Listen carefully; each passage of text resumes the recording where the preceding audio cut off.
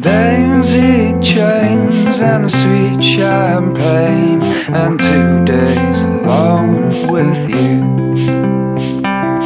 Not too far from the city by car, or maybe we can make a more romantic trip by train to the country. It's where I want to be with you for the week. Hey. Hey, what? Say hi. Hi. I figure we start the next portion of our blockhead video. Blockhead video. Yeah. And it's been a few days since we've been able to get to this, so I hate to keep you all on pins and needles. I can't see your face. Step over in here. There you go. Not mud. I know the lighting is. It's lighting. We had to put the canopy up. It's been really nice at night, down in the 50s, And 40s, and very nice for sleeping. If I didn't have the microwave energy turned on. Oops, did I say that? We've been bouncing around in bed like we're sitting on an electric table or something. Anyway, so we're getting our start here, I should say, on looking at the brick oven aspect. I have my official brick oven inspector up here with us, trying to help us out. He's give me the scratches. Oh, don't roll off the top of that. Well, he'll land on his feet if he does, though. Maybe. So, figured we'd come out here. We started playing on this the other day, but we have been so busy. Canning. There you go. That's good light. Bet it's hot too. Well, not too bad. And we've been canning because it's put away food time. Yep. And we're doing big batches of this and that. Yep. And so that takes priority. Then we did a whole bunch of getting up some wood. Some of it over there, getting ready for the greenhouse to stay warm during the winter. And we got a little bit of time here. I don't know how far we're going to get here at this portion of the video, but I thought we'd start this portion of the video off, because in about an hour we'll be feeding and doing evening chores. So here you go. Started in on doing a little math and seeing where the blocks lay, so I wanted to didn't really know exactly how we're going to do it dimensionally, other than I had to give it a start. And this is what I've come up with. And I found out really quick a few days ago, about 3, 4, 5 days ago, when I started kind of dry stacking these, that guess what? I don't have enough material. This is what I had left, and that is not enough to close this thing in completely. So sent her to go get 2 more of these boxes, and it's all old military supply from 1985. 1986. And this was mail order shipped to a local place. Defense Depot of Memphis. Very interesting. But this has been sitting in the back of a local supply place, hardware building supply place, and they got boxes and boxes of these things, and you would not believe, $20 a box. Ain't that some shit? So we got lucky on that. I don't think they know what they got yet, because everywhere else they're wanting a hell of a lot more for this stuff. So I had to get some more of that, and the bags of perlite and sand. So I needed to get some more stuff, and T got that. What is today? Wednesday. You got it Monday. Yeah, Monday. God, the days keep flying. And today is Wednesday. So let's talk about what you have to think through, and what I'm thinking through in order to do this. Again, I'm going to at least do the floor part of it in dry stack, so that if I ever have to replace some, because we're getting close to pizza time, we did some little looking around, and we found this one guy's channel. He's got a lot of subscribers. What? Vito. What was Vitoli? Vitoli? No, it's not Vitoli. What was it? I have to. Do you have the? Look it up. I have to look it up. Yeah, go get the phone. Anyway, so I want to learn from people who know what the hell they're doing. So I go to the experts, and I was watching him, and he's talking about it. You know how don't throw your logs up in here because it digs them up. And I was like, why would it dig them up if they're a good hard brick? And then, this is very soft brick. I can dig into it with my thumbnail, and like I've told many people, that cutting this stuff is, you could do it with a hacksaw. Anyway, I want to be able to replace this. I also got another issue that I'm wanting to deal with, and that is between the 3 inches of concrete that I have here and the fire. I want to do another insulative, we'll call it a slab in between there. So what I did underneath here, let me move my cool afternoon beverage of tea. Vito. His name is Vito Acapelli. Iacopelli. Yeah, all right, there you go. You got it. I am not pronouncing that, and yeah, you can do that. So there's Smokey. What are you doing? You coming down? You gotta check out what you're doing, Ma. No, something caught his attention. Oh, Shadow's coming in. Yeah. So the mix that I did here, as I explained that in the previous video, I want to do a bit of it here as well, and then the upper portion of the arch that's going to be here, that's going to also be mortared in place. So I think I'll probably have dry stack here on these brick, and then the upper portion will get mortared in and tied in similar to the way we did down here, but up here with a little bit more insulation in behind it. And we're going to do it in such a way that I can use the block in its dimensional. As you can see, I'm kind of laying out the brick here and trying to get it so that I know that when I go to put it here that I have all the proper spacing, kind of like I did down below. So I know where it's going before I actually do that. So a lot of little thinking out. Experienced bricklayer might just start at it and go, but I want to think through it. So once I get my layout figured out, I will be mixing up a batch like I did here, and then pouring. I wouldn't call it pouring because it's going to be a very dry mix. Pouring in the insulative amount underneath this dry stack to bring it up off of this concrete. And we're still out there in figuring out what we're going to do here.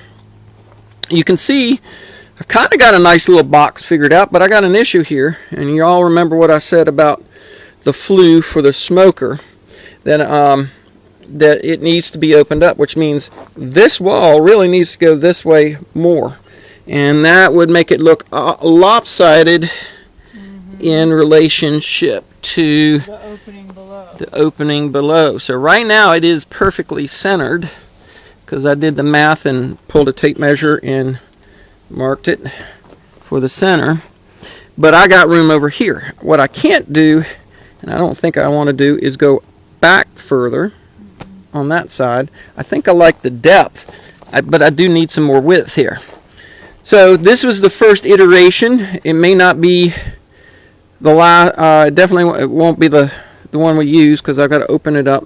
So I'll have to restock this and think through my positioning. I'm pretty sure I'm going to have my straight wall height at this height, and then have to do some kind of form work like I did under here, inside here, so that I can get a nice fat curve in there to be a pretty archway. It'll be a half barrel. I'm not going to it's not going to be like a dome. I don't think I have the desire to. He went under there. shadow. And so there you go. This is where we're at. Right now, this is very similar to a modern oven in its dimensions, 27 by 27 on the inside. But we're going to have to make it different, and I'm going to have to stack it and figure out my positioning, because I've got to go across here with a wall to square it off. I've got to have an opening here to put some stuff in. And I literally want to dry stack all of this and know exactly where everything's going before I commit to putting any mortar down. And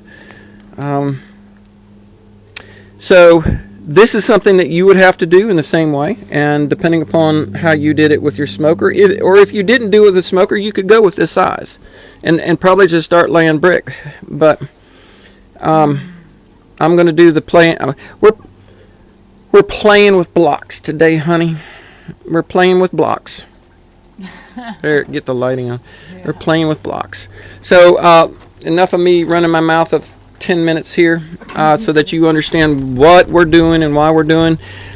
I will update you on when we decide what we're actually going to do on this scenario. But again, I try and give you the thinking process so that you know how to think through yours when you do it, because there's a lot of stuff to consider, especially if this is not something we've ever done before. Exactly. So we'll be back in a bit. Alright, so I thought I'd show you a little bit about how we're dealing with this. There's a few of these that were broken that he's like, oh, we got to get new ones. I'm like, no, I got some that I got to cut. So I made a little mark here, and I wanted to show you just how easy this is. So I'm going to use this pen. I don't need to make a mark. It's so soft I can scratch in the line. Look at that. Look at that.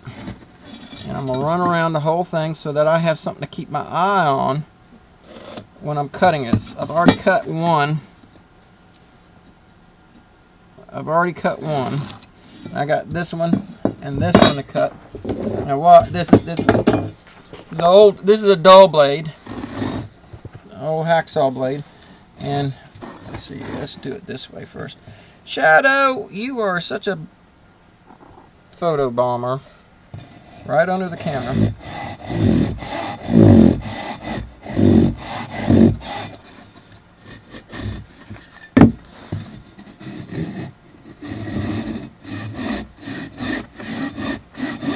Talk about exact.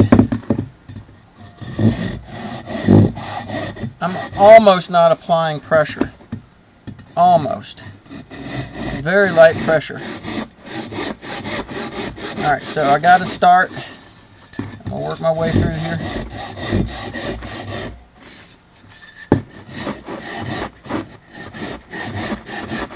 This is crazy. That's a brick. I'm cutting a brick with a hacksaw.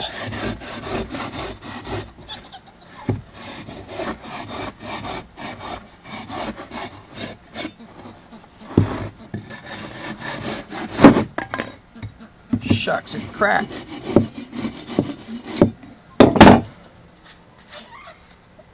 That's cool. That's spectacular. The other ones we did were, I mean, dead on perfect.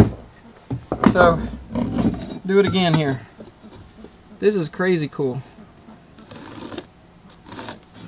I could use a nail for this.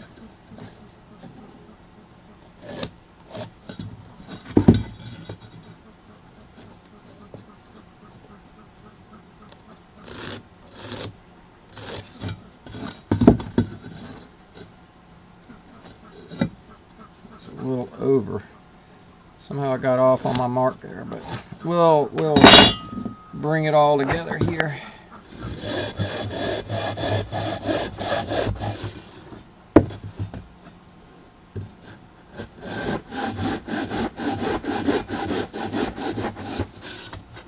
Oops, that was going sideways. There we go.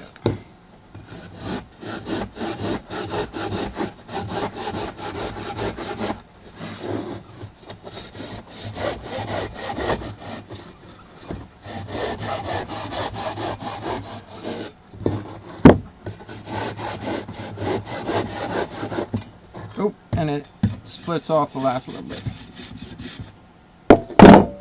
All right, let's go look what they look like.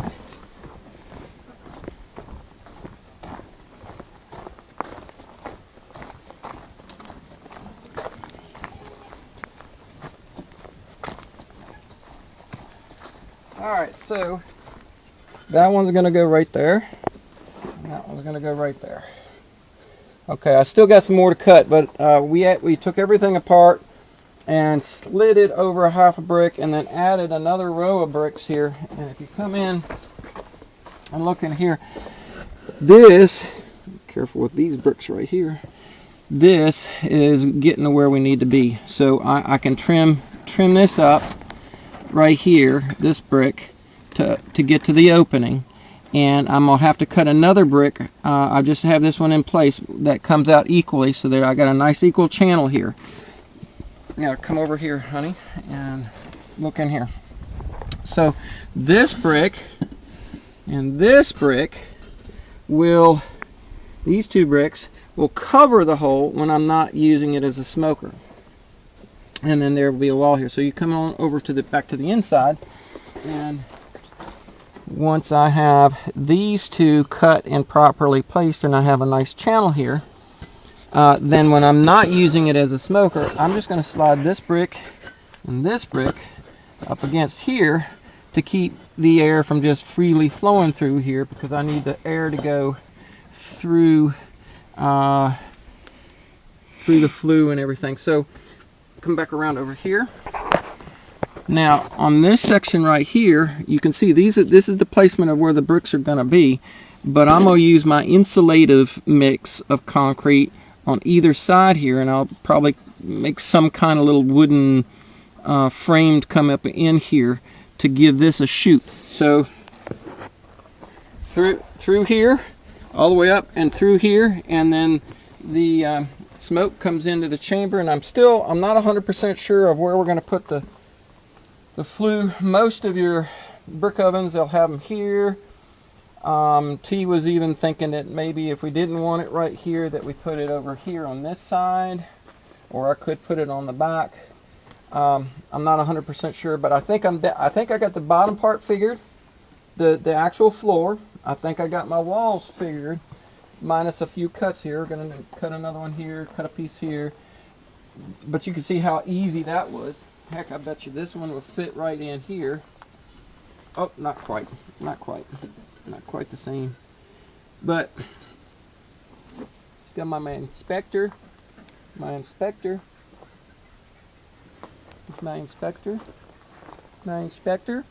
It's nice and cool. Here's my buddy. Alright, so I think I'm good with this. All I need to do is clean up a few of these blocks like you just saw, cutting them, in order to finalize what I think is going to be my layout for the lower brick. Now what I need to do is come in and decide what I'm going to do, what kind of arch I'm going to make, and go cut some boards. That's going to take me a bit, so we'll probably, might be a day or so before we get that. Hey folks, really truly sorry this part of the video is taking so long to get done. We have been extraordinarily busy with homesteading stuff. Today is what is it? Today is the 11th of October. October 11th. So it's been a few days since we had a chance to even look at this. The last I show you, we had kind of figured out our size. I changed the dimensions a little bit, and we're getting ready to pour the insulated, I want to call it a slab right here. I've just finished cutting what will become the batter boards, or the essentially the frame. If you see around this is some leftover cedar siding that we did on the, hope the wind isn't getting you too much. But anyway, we'll pick up with this. Let me show you what we've been up to, because we've been busy as the dickens. First off, you look over there, we've been getting dead trees down for firewood for the greenhouse, getting prepped for winter. You can see we've cleared out all the beans, all the cucumbers, all the squash. Let's take a quick look over here.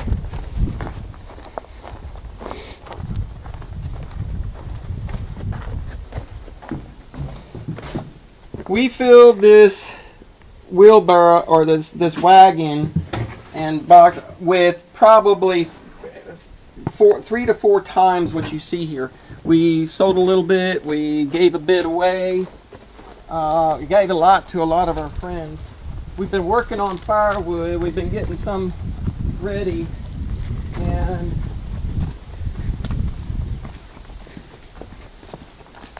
cleaning up a lot of the trees that have died. And we had our friend Ken come over and get us a pile of wood. So this is all, you look through there, it's actually opening up, and back around through there is, I mean, it's a big hole back there from, it's getting breezy. It's supposed to maybe get some rain tomorrow. Cross your fingers. We haven't had rain in almost 2 months again. Yeah. But the big thing is, all of these red oaks have been dying this year all around this area from the drought and other unmentioned issues that we've been dealing with. So there's also another portion to this. It's a really special part, so we'll show you that in 2 seconds. So over here at the mill, we got a better part of all those trees that died, which is pretty nice. This is all red oak, and y'all know that's one of my favorite woods to work in. They all died out, except for this big one. Was the top half had died, and it was working its way down. So Ken helped move them all up here with his tractor. He's got a grapple that works on the front. That's the thing. And we got all the ends coated with anchor seal. So there are projects that are coming up for whenever I can get done with all this infrastructure, and we can go back to making products and things for our friends in the community. I had one more big long log. That's red oak right there, and that was the top half of a dead tree. I think we're going to get enough to do a couple of beams up here over top of the mill so that I can put a roof over it. And that's not all we've done. Let me show you what's next. So up here, all the beans that we picked, we let them go mature so we could dry them out and save seed. Remember, we save seed on everything, and this is going to be beautiful once they dry out. We need a lot of seed. I lost a lot this year when we had that cold, wet rain, and I planted beans 4 times, and they rotted 4 times because it was cold and wet. Well, I should get a good bean stock back. And these are chili beans. I was hoping for a large enough batch that we could do a big batch of chili, but I think all we're going to have is enough to save seed. And then this year we're going to save some seed on some Silver Queen. So I got a couple ears for seed on that. And that's not all. Let's go over here. You don't have to follow me that closely, honey. Might make you busy. One of the big projects that we did was finally get a door on our pump house. And I'm actually kind of proud of it. This is solid cedar. And we got a little oak muttons. I might need to put another screw in here, honey. Yeah. We ran out of paint. She got one half of the door painted and ran out of paint. And so we need to finish that up. But this thing is solid, heavy. I don't know how well you're going to be able to see. Step on in here, honey. I can see. Well, come on in. Come on in. Spin around. As long as I can see. And question is, can you see now? I can see the door. You can see the door. Yeah. Ooh, it's quiet now. No wind. So anyway, we milled out, or took a bunch of the cedar boards that we milled out, planed them all down real smooth, and did a half overlap glue up. So we got an 1.5 inch thick, solid cedar door.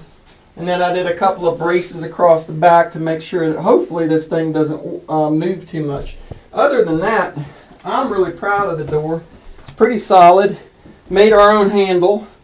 And there you go. The other thing is, We just finished this morning rerunning the water line.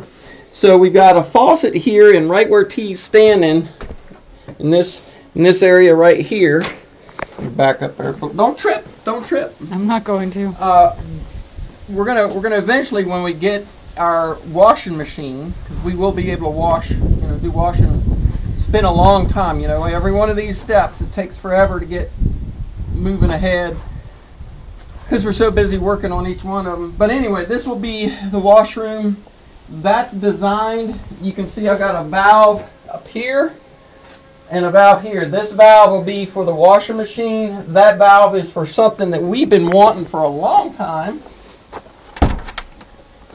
And that is an actual hose spigot to the outside so that we can run our water in, or whatever we need to do with the water, that it's not just tied right in. And so we have been so busy with all of these homesteading things. Firewood, more firewood, harvesting. Still got a lot to do. We're still getting in a few things. The garlic and the walking onions have come up, even though we haven't had rain, which is kind of wild. Yep. When it dried up after we got that last rain, we put we cleared out everything, tilled it up, and then went ahead and did our fall planting of garlic and Onions. The walking onions. You see our big compost has gotten really big. I can't wait to dig it out of there. And the other thing is, I went and put those purple skinned Vikings. Those are my favorite potatoes. Thought I'd lost them. We dug some out of the compost that we didn't even know we had. There was a potato that came up. There was a little one. I planted it. It grew, produced about a dozen little potatoes. We tricked them by putting them in the fridge to cool them down. Then about a month and a half ago, I pulled them out, set them on the counter. They started to sprout. Maybe we'll have us a nice harvest. And this is going into October. Yep. So all of this homesteading stuff has stopped us from working on this. So now what I got to do, and it's going to require both T and I to get in here, and we got our box inspector working hard at it, is get this screwed together. So this little frame's going to get screwed together,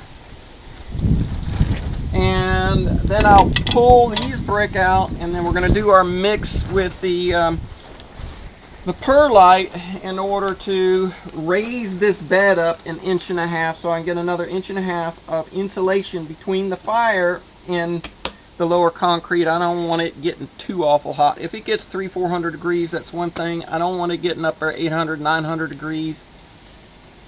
Try and insulate it a little bit better. And that's it. So this is where I'm at. Is we figured out where we want our at least our outer walls. I still have to work on the framing for the dome. So I kind of got some templates, and I'm not 100% sure, but there you go. The next step, and that's all we're going to do here, is get this frame together and then do the lower insulative pad. And let us get to it and get it put together, and then we'll show you that. And that's probably going to be the end of this video because we got a lot of little bits and pieces.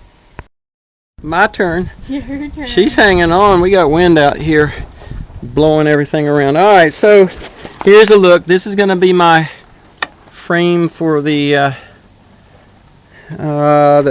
pad of insulation concrete that we're doing here. You see how it just kind of fits all the way around it. Now we need to take the brick out, and then once we take the brick out, or actually what I need to do is get some, probably duct tape fixes everything. Yeah. I think I'll get some duct tape and put some in strategic positions in order to hold that wooden frame from moving once I remove all the brick. And there you go. That was challenging because those brick wanted to lay in there tight. I've got a little cat food can here to kind of hold my void for the for the smoker side of it. And look like painter's tape is going to be the deal of the day. All right, time to mix up our batch, and hopefully I mix up enough to do it right the first time. Yeah. All right, back in a minute. All right, getting ready to cover it with some plastic to keep it from drying out so bad. I think I was just shy of the volume I needed for the mix. As you can see, I tried to keep it level all the way across it, but then I found out I was a little short, so I kind of scraped it around and then scraped it smooth and used the edge. It's kind of a guide to take it down just a hair under. So trying to be equal all the way around, even though I think the whole thing probably could have come up a little bit more. But that'll be fine. Well, mud dauber, this is not mud for you. Same as what they want. Yeah, so this will have to set overnight.